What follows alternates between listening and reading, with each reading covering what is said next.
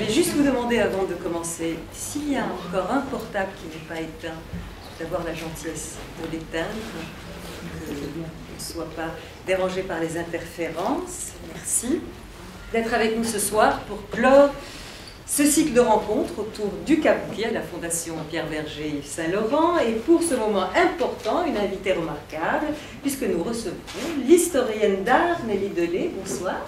Bonsoir.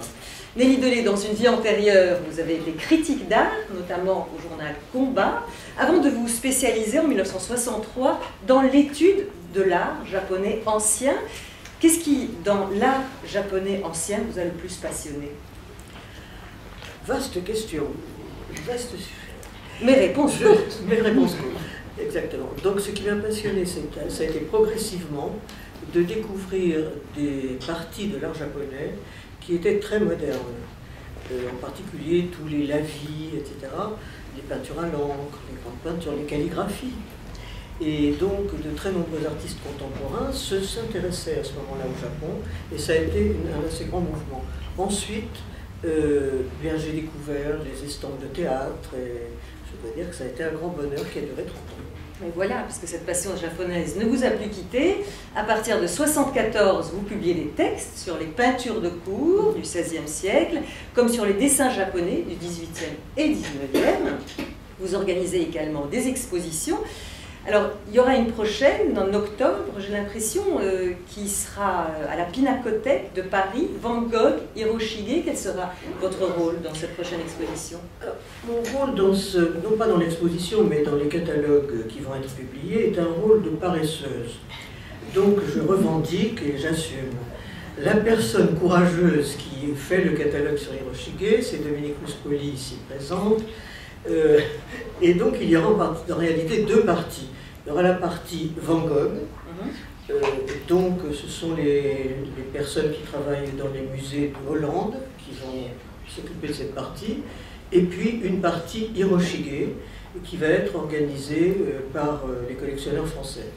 Là, moi, personnellement, je n'ai d'autre rôle que de contribuer au catalogue sur Hiroshige. Et de toute manière, cette exposition sera aussi l'occasion de rééditer votre beau livre, L'estampe japonaise, paru en 93 chez Alzan, qui a été épuisé, réédité, réépuisé.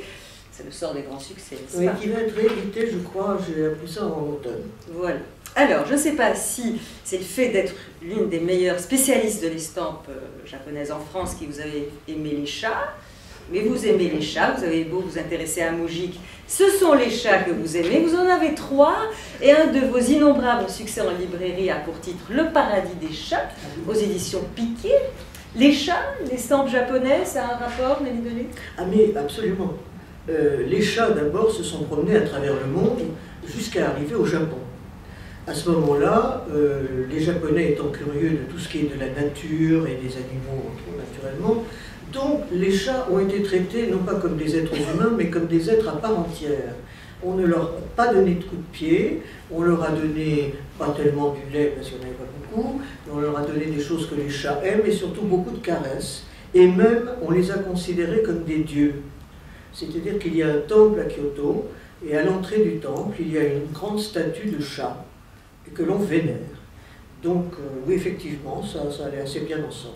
Très bien. Alors, une de vos récentes études porte sur l'influence du Japon sur l'art occidental, que nous allons bien évidemment évoquer lors de nos discussions, dont le thème est le kabuki et l'essor de l'estampe japonaise. Mais avant, j'oubliais même de me présenter, je m'appelle Monique Younes, je suis journaliste.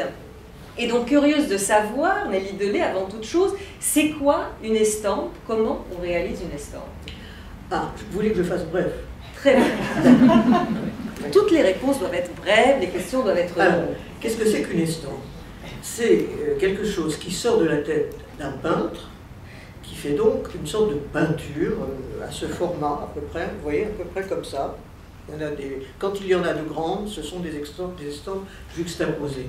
Donc le peintre fait une création d'artiste. Et ensuite, il choisit un éditeur. Alors, comment choisit-il l'éditeur? Il faut que l'éditeur ait beaucoup de bois. Non mais c'est vrai, il faut que l'éditeur ait beaucoup de bois. D'abord parce qu'on va couper ce bois pour faire des planches. Donc il faut beaucoup de bois et beaucoup de bon bois. qu'on va couper dans le sens du fil de bois, et puis il y aura, supposons que ce soit un portrait d'une femme, par exemple.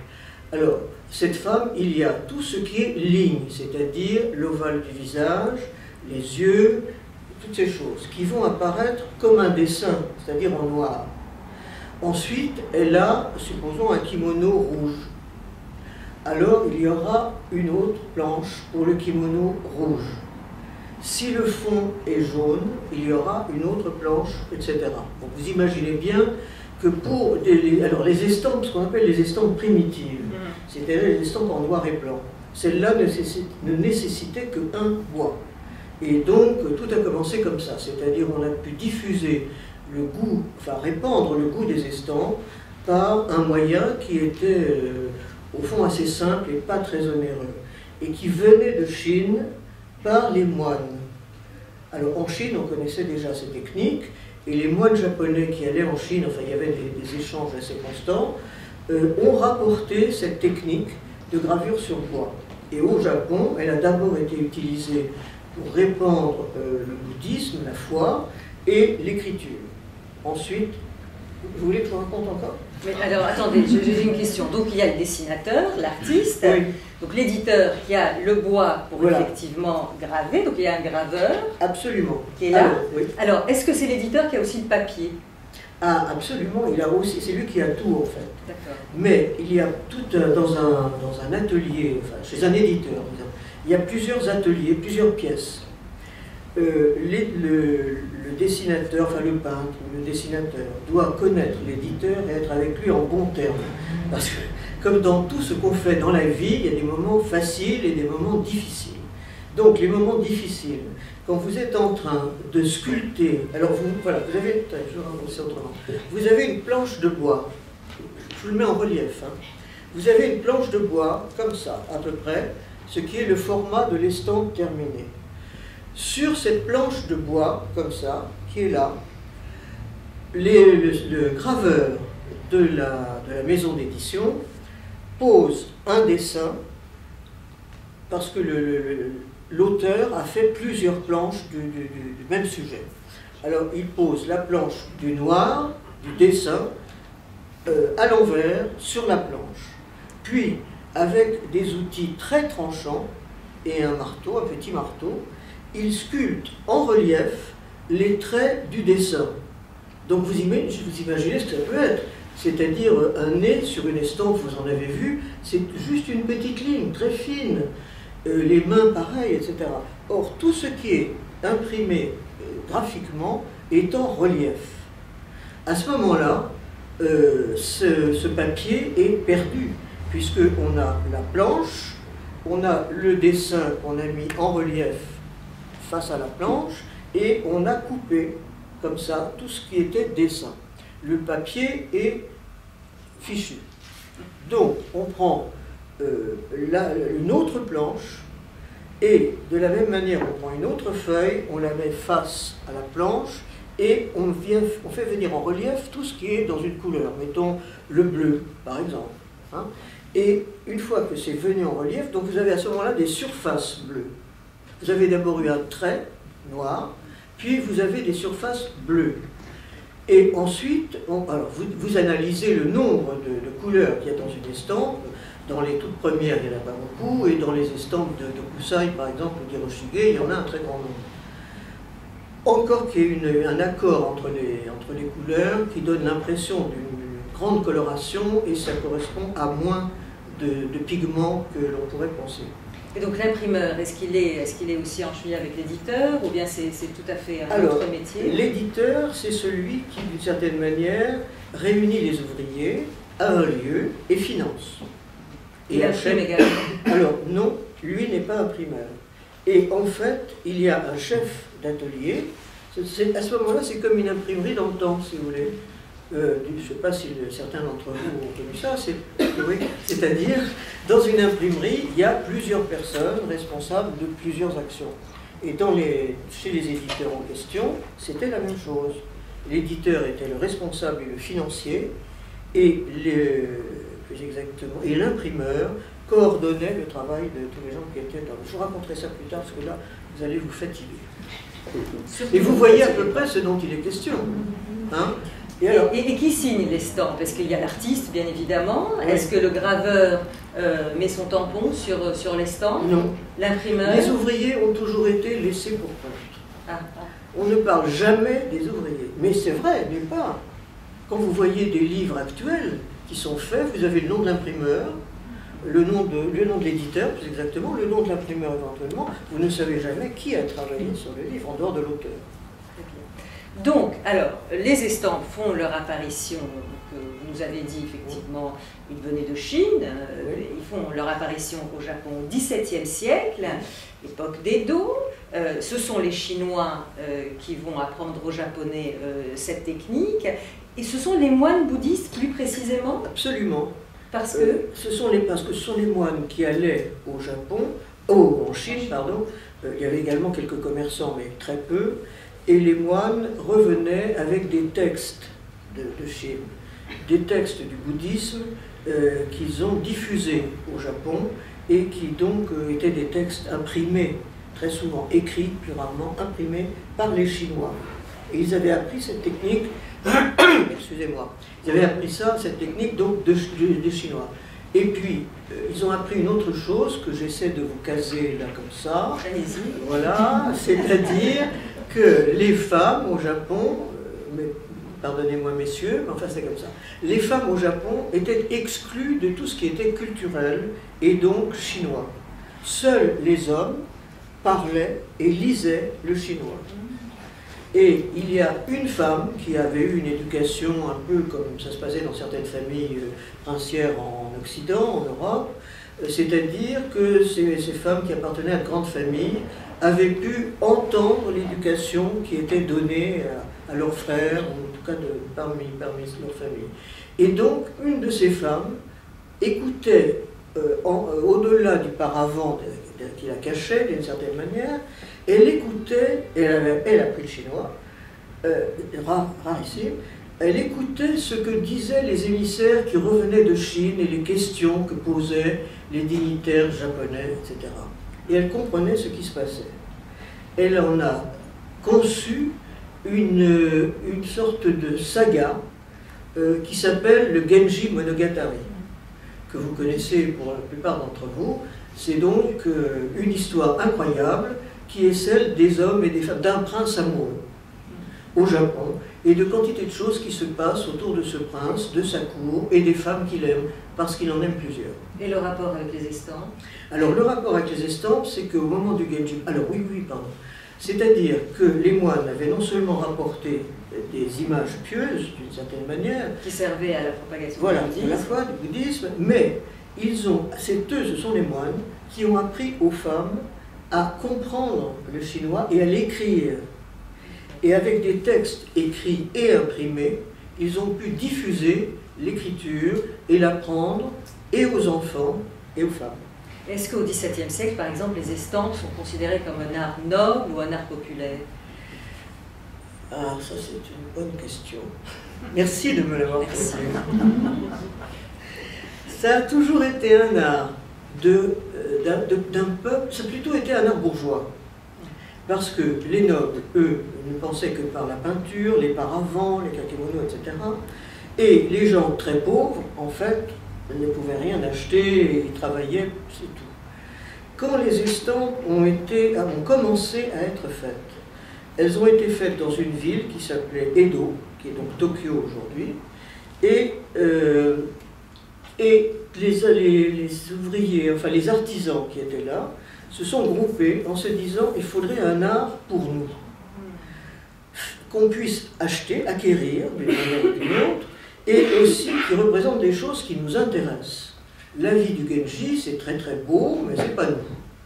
Donc, on voudrait qu'on représente pour nous nos métiers, notre activité, les animaux qui sont là, les femmes dans la rue. Alors voilà, il y a donc eu des sujets qui ont été des sujets qui ont bien marché avec les estampes, parce que c'était une technique relativement peu chère, peu onéreuse, et donc que les gens pouvaient acheter, s'y intéresser d'abord, et acheter éventuellement pour les artisans. Donc effectivement, c'était un art qui reflétait la société. Tout à fait. Donc il y avait, en premier, vous avez dit, c'était surtout les moines. Oui. Ensuite, c'était quoi? C'était les poètes, les guerriers, les courtisanes. Oui. Et le kabuki, les acteurs, ils sont arrivés vite, pas vite? Est-ce que vous permettez que je parle des courtisanes avec les acteurs séparés?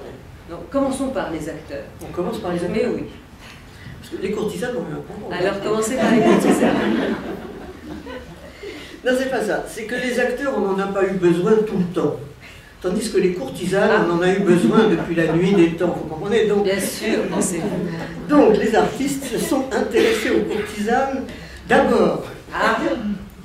Et puis ensuite, évidemment, au kabuki. Mais le kabuki a fait son apparition assez tard. D'abord à Kyoto, puis ensuite à Tokyo. À Kyoto... C'est pas bon. Ne vous inquiétez pas. Sur les forces. C'est lui. Alors, donc, ça a d'abord, le kabuki, vous répondre, a d'abord commencé, enfin a commencé... Non, mais si vous voulez qu'on parle des courtisanes, puisque tout a commencé avec nous, on va les retrouver. Je signale simplement leur existence. Bien sûr, pensez-vous, mais on en parle. j'allais pas les oublier. Voilà. Alors, donc, les acteurs de kabuki ont été extrêmement célèbres. Un peu comme... les comparaisons sont toujours approximatives et fausses les trois quarts du temps, mais c'est un peu comme ce qu'étaient les matadors, si vous voulez, il y a encore quelques temps. Maintenant, on va supprimer les courses de taureaux, mais les matadors étaient des artistes du point de vue du peuple, de la population et qui les suivait, et on attendait tout d'eux, et des acteurs pareils. C'est-à-dire, ils devaient être doués, c'est-à-dire avoir une grande maîtrise de leur corps et de leur visage et des expressions qu'ils pouvaient faire passer. En même temps, ils devaient avoir de la mémoire, parce qu'il y avait des textes, et donc il fallait pouvoir dire tout ça. Et c'était donc des gens adulés, enfin je vous parlais des matadors, mais on pourrait parler d'Alain Delon, quand il avait 30 ans. C'est-à-dire, c'est méchant ce que je vous dis là, mais bon... Il y a des gens qui l'adulent encore. Oui, je sais. Les lunetiers. Mais oui, les lunetiers. Bon, alors, entre autres. Alors, donc, oui. Bon, donc les acteurs de kabuki étaient absolument adorés par les femmes et aussi par le public masculin. Parce qu'il y avait des rôles, je ne sais pas si, j'espère que certains d'entre vous, certains et certaines, ont vu des spectacles de kabuki. Parce que c'est c'est incroyable. Parce que les rôles de femmes sont joués par des hommes, à la suite d'un événement qu'on évoquera peut-être. Mais donc, il fallait que ce soit des hommes qui soient vraiment des hommes, mais qui aient la capacité, en même temps, de trouver en eux une certaine grâce, une certaine délicatesse qui puisse leur faire interpréter des rôles de femmes. Oui, ce qu'on appelle les onagata. Exactement. Donc on s'identifiait aux acteurs du kabuki, beaucoup plus qu'aux acteurs du no, par exemple, parce que l'estampe, j'ai l'impression qu'elle est liée au kabuki. Et pas au no. Oui, et comment expliquez-vous cela? Eh bien, je pense que le no a toujours été un divertissement, encore une fois, pour la noblesse. Et c'était un art un peu comme la tragédie, si vous voulez. La tragédie, enfin, Dieu sait que Corneille a été aimé autant qu'à Molière, mais en tout cas, les personnes qui comprenaient Corneille, qui allaient plus loin, étaient des gens qui avaient une forme de, c'est pas d'éducation, mais de fond, de culture, alors que les femmes savantes, on comprend tout de suite. Voilà. Et le kabuki, c'est les femmes savantes. Et le no, ce sont des tragédies, très souvent, et des choses qui font appel à quelque chose de plus profond chez l'individu. Quelles estampes étaient le plus prisées? Est-ce qu'il y avait des acteurs en particulier? Est-ce que c'était les acteurs en action? Est-ce que c'était les acteurs se maquillant, se coiffant en coulisses? Est-ce qu'il y avait des poses particulières? Alors, c'était les acteurs grimés d'abord. Par exemple, si on pense aux estampes, non seulement celles de Sharaku, dont on fera un aparté si vous voulez bien, mais en tout cas tous les Toyokuni, etc., ont représenté des portraits d'acteurs dans un rôle, avec le costume du rôle et le maquillage du rôle. Donc, ils ont... Des portraits en pied ou des portraits... Les deux. C'est-à-dire les portraits étaient quand même en buste, à peu près, et les portraits en pied aussi, les uns après les autres, puisque les premières estampes ont plutôt représenté des portraits qui étaient quand même moins complexes à représenter que tout un corps en mouvement, avec aussi des couleurs très variées. Vous l'avez vu avec cette merveilleuse exposition qui est là, vous avez vu que les costumes de Kabuki sont des costumes incroyables. Donc quand les peintres et les graveurs essayaient de représenter de tels costumes, ne serait-ce qu'en partie, il fallait un très grand savoir-faire. Et alors, vous nous avez dit effectivement que les artistes représentaient les acteurs en mouvement, n'est-ce pas? Oui, aussi. Voilà. Mais est-ce que, effectivement, il arrivait à un acteur de corriger une interprétation, d'accentuer ou d'estomper le trait suite à une estampe le représentant? Est-ce que ça allait dans les deux sens? Non, je ne crois pas. Je vous réponds à titre totalement comme ça, enfin une impression. Non, je ne crois pas, parce qu'il y avait des mises en scène, des textes aussi, il y a des pièces de Kabuki qui ont fait l'objet de textes écrits, enfin en tout cas appris. Mais dans le Kabuki, il y a une grande partie de mouvement et de position, et donc ça c'était le savoir-faire de l'acteur, mais pas de texte, enfin il y en avait, mais pas beaucoup. D'écrits, pardon, excusez-moi de vous interrompre, d'écrits plutôt, des onomatopées, des mouvements du visage, des choses comme ça, peu de textes. Les artistes qui ont le plus excellé dans les portraits des acteurs de Kabuki, vous nous avez dit, c'est Sharaku. Ah, il a une drôle d'histoire, Sharaku. Alors, quelle est l'histoire de Sharaku? Alors, il y a eu... C'est une carrière très courte, d'ailleurs. Très très courte. Il est né, personne ne l'a su. Il a commencé à faire des estampes d'acteurs là où Tamaro faisait imprimer les siennes. Donc il a eu confiance tout de suite. Quelle année Sharaku? C'est un bon éditeur. Sharaku, c'est fin 18e. Et donc, un jour, Sharaku est apparu. On a dit, tiens, il y a un peintre, un artiste, qui s'est présenté, c'était l'éditeur, et il a beaucoup de talent. L'éditeur, Samuro, a dit, ah oui, il a fait travailler ce peintre, enfin ce graveur, cet artiste, disons, qui était à peu près contemporain de Tamaro, et donc il l'a fait travailler tout de suite. Ça a duré, alors on ne savait pas d'où il venait, et puis au bout d'un an, on n'a pas su où il était parti, donc on a dit qu'il était mort. Et donc, l'œuvre de Sharaku, qui est une œuvre absolument, on ne peut pas comparer à celle de Goya par exemple, enfin il y a quelque chose comme ça, a duré un temps extrêmement, extrêmement court. Une année pour faire un génie. Et on dit effectivement qu'il a beaucoup influencé Toulouse-Lautrec, notamment son portrait d'Yvette Guilbert. Oui. Il y a une exposition d'ailleurs qui commence aujourd'hui au musée Toulouse-Lautrec, si vous êtes cet été à Albi, qui est effectivement Toulouse-Lautrec et les maîtres de l'estampe japonaise.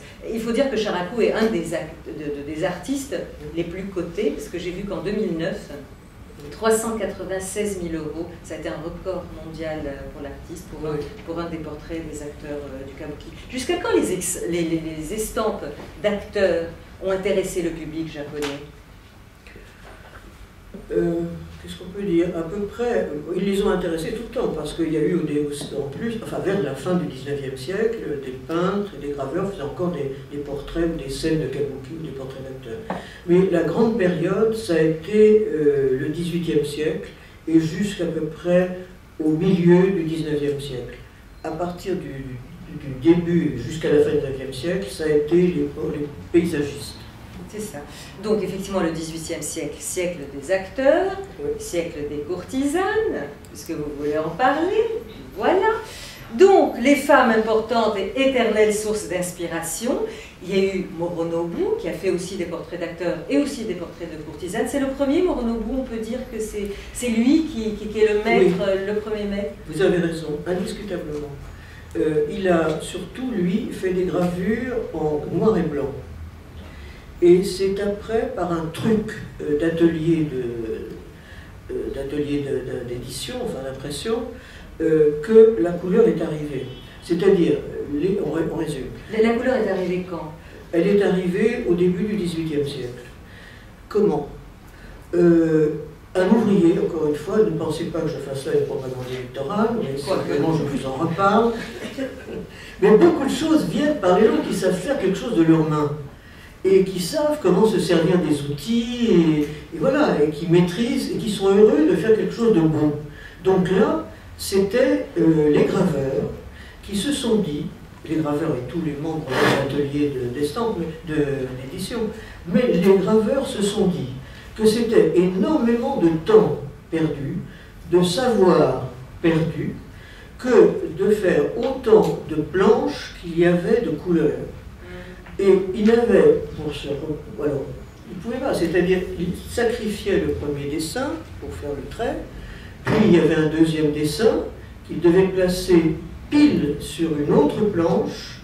C'était jamais deux fois la même planche. Il y avait la planche du trait, la planche du bleu, la planche du jaune. Je vous dis un peu n'importe quoi pour les couleurs, mais c'était comme ça. Il y avait autant de planches que de couleurs ou de choses à imprimer.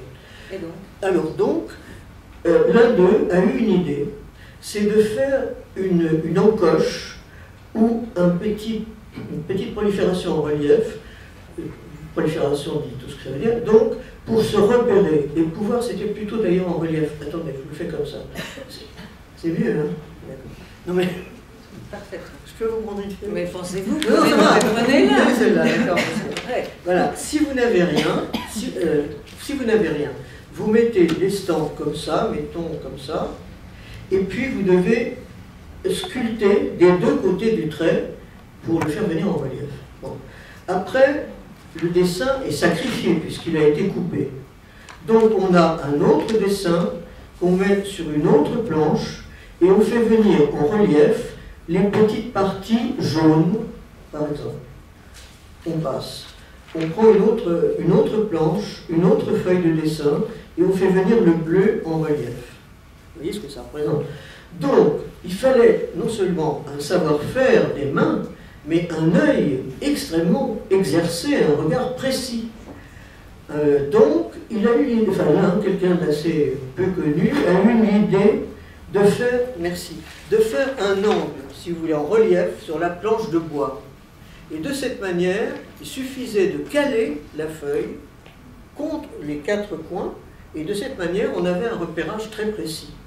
Et comme ces repérages étaient faits sur chacune des planches, sur la planche du bleu, la planche du vert, etc., donc on pouvait avoir une impression très précise. Donc ce qu'on appelait le kento, ça a donc été le nom de ce repérage, le kento a permis d'imprimer en couleur. Et ça s'est fait au moment où apparaissait un peintre, parce qu'il a été peintre aussi, et graveur, enfin et plutôt, comment on peut dire pour les estampes, le graveur c'est celui qui grave. Oui, mais... Alors comment peut-on appeler celui qui fait le dessin? C'est le peintre. C'est le peintre? C'est l'artiste. L'artiste, oui. Ah, merci. Mais là c'est en quelle année là? Alors c'est au début du XVIIIe siècle. Mais c'était du temps de Moronobu ou pas? Non, c'était juste après Moronobu. Alors Moronobu c'est fin XVIIe, début XVIIIe. Bon, alors